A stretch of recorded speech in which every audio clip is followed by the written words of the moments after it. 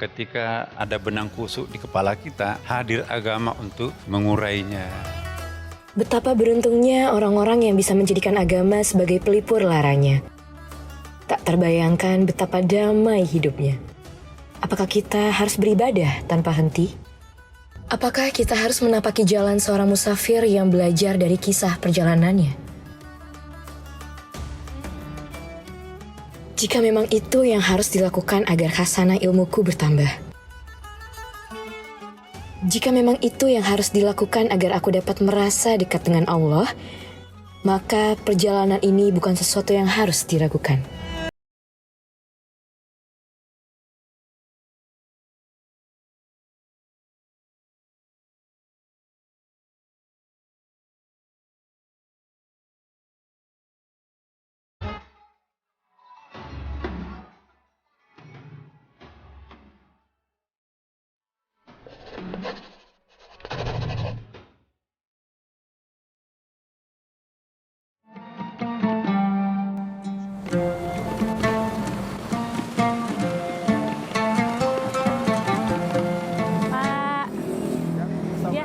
Waalaikumsalam, Bapak. Maaf mau tanya, ini kalau parkir kemana ya? Kalau mau parkir silakan sebelah situ ya.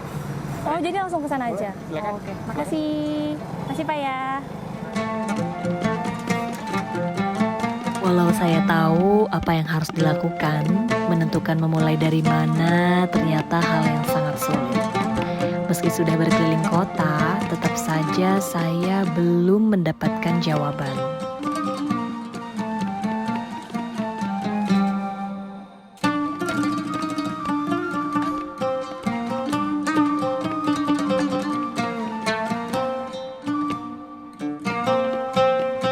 Bener-bener yang paling khusyuk. Sholat aja pakai minta ke masjid. Iya, mumpung lagi bulan Ramadan, segala amal dilipat ganda. Kapan lagi? Ya kan? Emang bisa istiqomahnya habis Ramadan? Ya Allah, Ukti, yang itu mah lihat nanti aja. Beribadah di bulan Ramadan hanya untuk pahala, apakah sesuatu yang salah? Entah mengapa pembicaraan itu begitu biasa, namun juga sedikit mengusik hati. Apakah karena nilai pahala di bulan Ramadan dianggap lebih tinggi? Apakah beribadah kini hanya menjadi transaksi pahala besar dan kecil?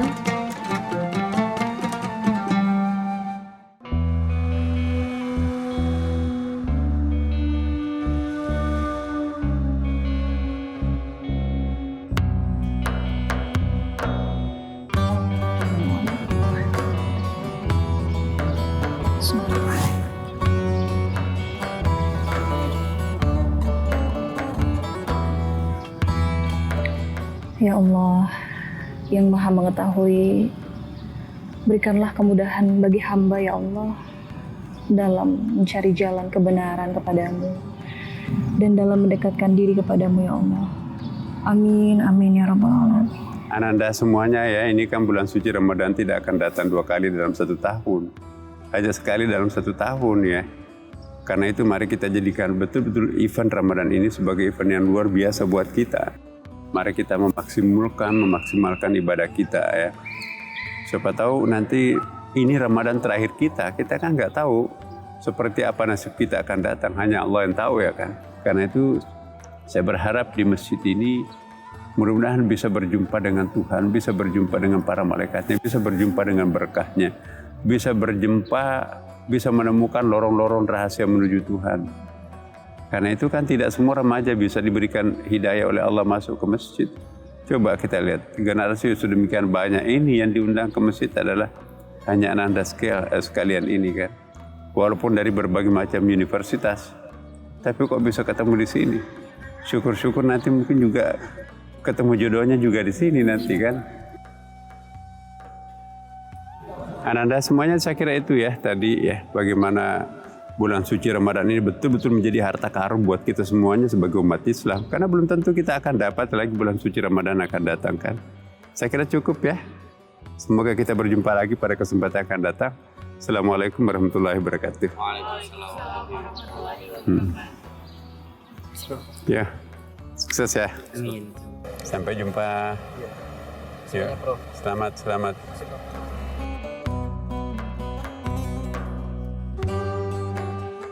Assalamualaikum, Prof. Masya Allah. Hai. Iya, tadi Gimana? saya mendengar tausiahnya Prof. Izin ya, Prof. Terus saya jadi penasaran banget nih, Prof.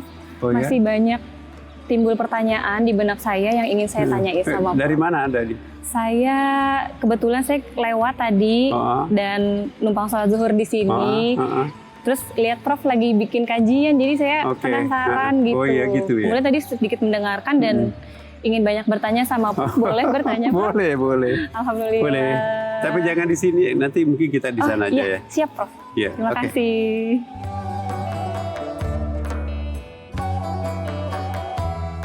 Mohon maaf ya Prof, tadi saya tiba-tiba masuk. iya, nggak apa-apa. Masya Allah, karena tadi excited sekali mendengar Prof bertausiah, Iya. jadi saya pengen Itu banyak biasa, bertanya. anak-anak muda kan kita layani juga, Iya. banyak sekali. Alhamdulillah. Ya. Sekali lagi terima kasih Ini banyak ya Prof. masjid ini untuk segala umur siswanya. Oh, iya. Ada orang tua juga. Oh iya. Mulai dari kalangan milenial sampai kalangan tua itu kita layani di masjid Masya ini. Allah, luar biasa. Terima kasih ya Prof ya. Alhamdulillah. Sepatunya sini ya? Oh iya, ini sepatu saya Prof.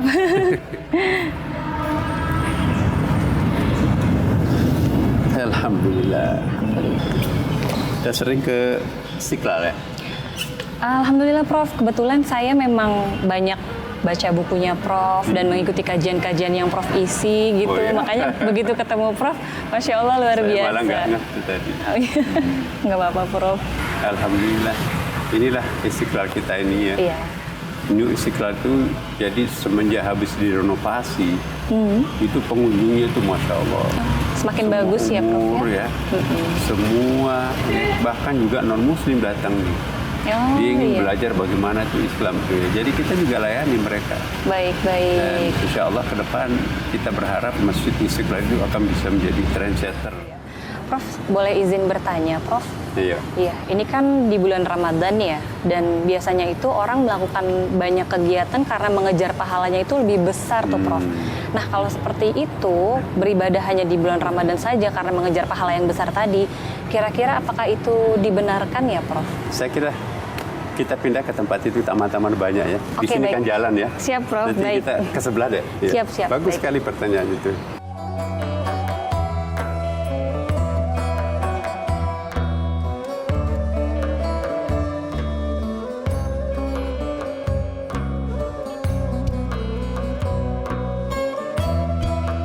Ya Allah, gue lupa masukin kotak amal. Apa kita balik lagi ya? Udah, berarti emang buat buka puasa aja gitu buat kita. Janganlah, ini kan sayang. Uang segede ini mending buat amal daripada buat makan lo. Ini kan lagi Ramadan, mumpung pahala dilipat gandakan. Oh iya, lagi Ramadan kan nambah banyak tuh pahalanya. Betul. Ikut deh. Ayo, Kalau lo mau ke atas, sip. ayo. Mantap. Kalau amalnya patungan, berarti pahalanya patungan juga dong. Gak gitu, Bro.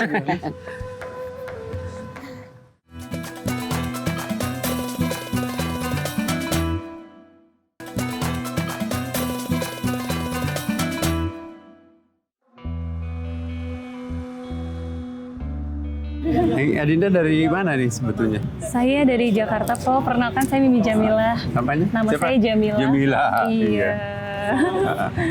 Alhamdulillah. Dari mana kok kenal saya ya? Saya suka baca profilnya Prof, saya suka baca buku yang Prof tulis, kemudian saya suka mengikuti Iya. kajian yang Prof isi, makanya tadi pas ketemu Masya Allah luar biasa sekali gitu. Iya. Bisa ketemu Pas ya, Prof di kebetulan sini. tadi Iya, itu. betul sekali, Alhamdulillah bisa ketemu di sini. Terima kasih ya Prof ya. Iya, Mohon maaf kalau insya tadi Allah. saya langsung. Pokoknya sering pakai Istiqlal lah, tempat kita kan di Istiqlal. Iya, siap Prof. Pertanyaannya di tangga itu menarik gitu ya. Iya Prof. Saya kira banyak orang yang bertanya seperti itu. Apakah kalau datang ke masjid beribadah itu mengejar pahala ya? Apakah seperti itu memang mestinya? Iya, itu kira-kira benar nggak sih kayak gitu aja Iya, atau gimana? saya kira gini, mengejar pahala itu wajar ya bagi orang awam. Tapi bagi orang yang sudah mencapai tingkat hawasul hawas, kita itu kan beribadah bukan untuk dapat pahala. Ya. Kita juga beribadah bukan untuk mendapatkan surga kan? Inna sholati Wa nusuki. wa nusuki wa mahyaya wa mamati lillahi rabbil alamin. Sesungguhnya salatku, ibadahku, hidupku, matiku adalah untuk Allah. Mungkin di sini kita Iya, bagus iya. nih kita menikmati. Ya. Jadi menarik itu pertanyaan. Jadi kita memang kualifikasi ibadah itu sebetulnya itu ada 3 ya. Iya. Ada yang disebut dengan ahlu ta'ah, kejar pahala, kejar surga. Pokoknya semuanya adalah untuk dapat timbangan keberatan nanti di akhirat. Pokoknya nanti masuk surga. Itu, nah biasanya kan kalau orang seperti ini, yang penting formalitasnya. Udah sholat, tapi isinya sholat itu kayak apa? Pokoknya terbebas daripada kewajiban. That's it. Itu ahlul ta'ah. Nah, ada lagi suatu kelompok yang disebut dengan ahlul ibadah. Dia tidak pedulikan apa itu surga, apa itu neraka. Dia tidak pedulikan apa dapat pahala atau enggak dapat pahala. Pokoknya saya beribadah karena saya mencintai Tuhan. Masya Allah. Nah, itulah yang ikrar tadi itu, inna salati wa nusuki wa mahyaya wa mamati lillahi rabbil alamin. Sesungguhnya salatku, ibadahku, ya, hidupku, matiku hanya untuk Allah. Jadi nggak ada urusan dengan surga atau neraka. Ya Allah, kalau memang kami akan disiksa ke neraka karena memang perbuatan masa lampau saya mungkin ada yang jelek, itu urusan Engkau ya Allah.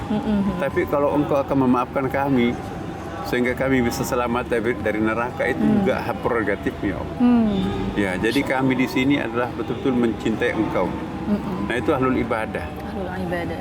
Tapi ada lagi yang paling tinggi. Ya. Masya Allah. Yang paling tinggi itu adalah ahlullah. Kalau ini kan masih ada pamrihnya lah ya kan. Pokoknya ingin dekat dengan Allah supaya nanti Allah baik. Kalau ini enggak, pokoknya aku mau dekat dengan Engkau ya Allah. Terserah Engkau menempatkan aku di surga atau neraka. Sama sekali nggak ada kaitannya antara ibadah dengan surga. Sama sekali nggak ada kaitannya antara ibadah dengan pahala. Baik. Pokoknya semuanya karena Allah. Nah, itu saya kira itu. Luar biasa. Nah. Jadi memang semata-mata karena meraih ridho Allah ya Prof ya. Benar. Iya, Masya Allah, luar biasa. Prof, ini kan Ramadan itu memang biasanya dipandang sama orang sebagai waktu yang sangat istimewa nih Prof. Dan ada istilah ibadah-ibadah yang istimewa gitu Prof. Jadi sebetulnya yang dimaksud ibadah-ibadah istimewa ini apa ya Prof kira-kira? Ya. Kemudian apakah ada waktu-waktu tertentu yang memang dinilai bahwa pahalanya itu lebih tinggi nilainya? Seperti itu. Bagus ya. Jadi memang bulan Ramadan ini adalah harta karun bagi umat Islam ya kan. Masya Allah. Bukan main, di bulan suci Ramadan ini semua sepertinya Allah mengumbar rahmatnya kepada hambanya. Betul. Prof, saya izin sambil mencatat Prof. Iya. Baik, Silakan. lanjut Prof. Jadi satu kali kita membaca ayat misalnya kan, satu huruf kita baca di luar Ramadan itu kan hanya satu pahalanya kan. Iya. Tapi ketika kita membaca Quran dalam bulan suci Ramadan, itu pahalanya 10 kali lipat. Masya Allah. Alif, Lam, Mim, itu kan 3 huruf kan. Iya. Di luar Ramadan itu pahalanya cuma 3, tapi dalam bulan suci Ramadan pahalanya 10 tambah 10 tambah 10 berarti 30 pahala. Masya Allah. Nah, luar biasa. tidur pun di masjid ini ya kan, tidur-tiduran ya, itu dapat pahala. Apalagi kalau ngaji, apalagi kalau salat, apalagi kalau kita berzikir. Nah, inilah Ramadan ini. Maka itu bulan suci Ramadan ini adalah bulan yang sangat kita nanti-nantikan sebagai seorang muslim. Jangan sampai nanti bulan Ramadan ini dipakai mabuk-mabukan, Ya Allah. dipakai Iya, betul. untuk apa ya namanya tuh, lawak-lawakan. Iya. Saya kok nggak setuju ya. Malam suci Ramadan itu mestinya kita gunakan untuk tahanus ya. Kalau perlu meratapi dosa masa lampau kita. Kok tega-teganya saya melakukan perbuatan seperti itu. Ingat bahwa tangisan Ramadan itu punya makna yang sangat banyak. Ingat, ada 3 air mata mustahil masuk disentuh neraka. Masya Allah. Air mata kerinduan terhadap Allah. Nggak tahu kita nggak pernah melihat Allah, kok tiba-tiba kita kangen. Kekangenan kita kepada Allah tiba-tiba keluar air mata. Air mata kerinduan terhadap Tuhan. Inilah nanti yang melicinkan orang itu masuk surga. Yang kedua, air mata taubat. Air mata taubat itulah nanti yang memadamkan api neraka. Masya Allah. Ngeri membayangkan dosa masa lampaunya. Akhirnya dia pasrah kepada Allah, tidak sadar mengalir air mata penyesalan dalam pipinya itu. Itu artinya apa? Air mata itulah yang menolong mereka. Air mata taubat seperti itu mustahil disentuh oleh api neraka. Iya. Dan air mata yang ketiga adalah air mata protes. Ada kemaksiatan di sekitarnya. ada kebatilan di sekitarnya tapi tidak mampu mengusirnya. Ya Allah, apalah artinya aku nggak punya apa-apa, tapi aku tidak tega menyaksikan kebatilan itu. Iya. Tapi kami nggak punya daya. Kesebelannya terhadap musibah maksiat itu membuat dianya tuh menangis. Masya Allah. Air mata, ya, kebencian terhadap sebuah kemaksiatan, sebuah dosa yang mengeluarkan air mata penyesalan, ya, itu juga air mata yang tidak bisa tersentuh oleh api neraka. Masya Allah. Nah, jadi saya kira tidak gampang kan untuk menciptakan suatu kondisi batin yang seperti itu. Luar biasa, ini menarik sekali Prof. Jadi memang sepatutnya ya Prof ya, kalau kita di bulan suci Ramadan itu mensucikan Ramadan ya Prof.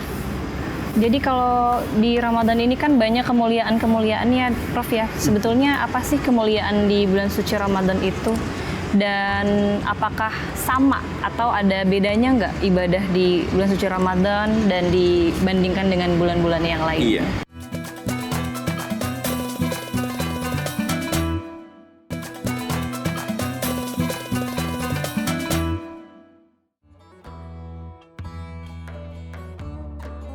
Kalau kita lihat Al-Qur'annya kan, Lailatul Qadar khairum min alfi syahr. Malam Lailatul Qadar itu lebih mulia daripada 1000 bulan. ribuan bulan. Angka yang paling tinggi pada masa turunnya Al-Quran itu angka 1000. Ya kan? Seandainya ada angka 1 triliun, mungkin ayatnya akan mengatakan Lailatul Qadar khairum min triliun syahr. Masya Allah. Tapi angka pada waktu itu angka yang paling tinggi adalah 1000. Maka itu ulama tafsir itu mengartikan Lailatul Qadar khairum min alfi syahr itu malam Lailatul Qadar itu lebih mulia daripada ribuan bulan. Ribuan atau beribu-ribu bulan. Bukan cuma 1000. Nah, di luar Ramadan kan enggak. Maka itu ada riwayat para nabi ketika menjadi makmum, ketika Nabi memimpin sholat, mohon kepada Allah, ya Allah, seandainya Engkau bisa menghidupkan aku menjadi umatnya Nabi Muhammad.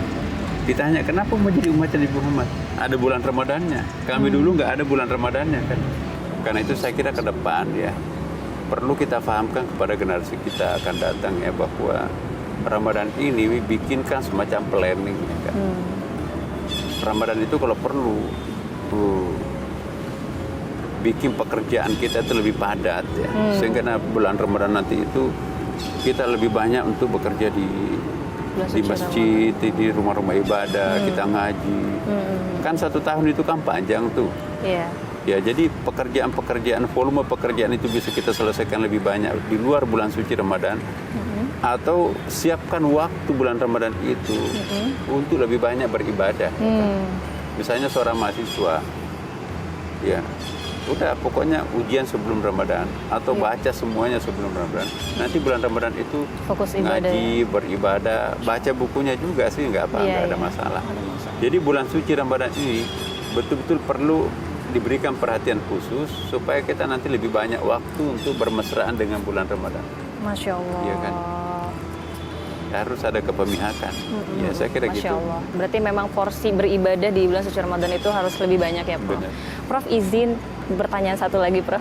Kira-kira ada nggak sih pemikiran atau pemahaman yang bikin kita itu kadang keliru dalam beribadah, Prof? Iya. Banyak hal yang bisa membuat kita itu keliru ya. Keliru pertama itu salah milih guru. Hati-hati milih guru. Kan tidak semua guru itu ustaz. Tidak semua guru itu punya sanad keilmuan yang baik. Betul. Bahkan mungkin ada guru yang mengajak kita untuk melakukan tindakan kekerasan. Itu salah pilih guru itu. Islam itu kan damai. Ya. Dan mendamaikan. Jadi kalau ada guru kita yang mengajak kita untuk berantem kerjaannya itu, saya kira salah pilih guru itu. Ya, kita boleh mengatakan kebenaran walau kulil haq walau kana murran, tetapi jangan juga justru menjadi provokator. Sudah hidup tenang bangsa kita, aku udah tenang. Jangan lagi diprovokasi umat kita, bangsa kita ini seolah-olah apa yang ada di sekitar kita ini tidak Islam, bahkan kafir, maka itu akan digantikan ideologi baru. Itu saya kira itu adalah sesuatu hal yang keliru. Hati-hati milih guru. Yang kedua, ya mungkin kita juga perlu memahami Islam itu secara komprehensif. Jangan hanya mempelajari fikih melulu, tapi tidak mempelajari akhlaknya, tidak mempelajari sejarahnya, tidak mempelajari tauhidnya. Ya. Iya betul. Jadi kita harus memahami Islam itu secara komprehensif. jangan hanya sporadis, hanya bidang-bidang tertentu. Ada orang tasawuf melulu tapi tidak membaca fiksinya. Ada orang fikih melulu tapi anti tasawuf. Enggak benar. Jadi yang benar itu adalah kita komprehensif. Ya, man tafaqqa wa lam yatasawwaf faqad tasandaka. Barang siapa yang berfikih tanpa bertasawuf itu zindik. Barang siapa yang berfikih wa man tafaqqa wa lam yatasawwaf faqad tafassaka. Barang siapa yang berfikih tanpa bertasawuf itu fasik. Jadi wa man jama'a bainahuma faqad tahaqqaqa. Barang siapa yang menggabungkan keduanya itu yang benar. Jadi saya kira kita harus belajar agama secara komprehensif ya. Waduh, ini mohon maaf Adinda ya, saya mungkin ada acara ini ya. Baik, tapi Prof. saya kira insya Allah datang ke sinilah. Siap. Ya. Mudah-mudahan nanti mungkin bisa pada bertemu. kesempatan lain kita bisa lebih banyak bicara ya. Kebetulan ada rapat saya di dalam siap. ya. Saya terima kasih banyak ya Prof insya Allah. Makasih ya. Iya, saya terima Salam. kasih. Ajak kawan-kawannya deh ke Istiqlal ya. Baik, insya Allah. Assalamualaikum. Waalaikumsalam warahmatullahi wabarakatuh.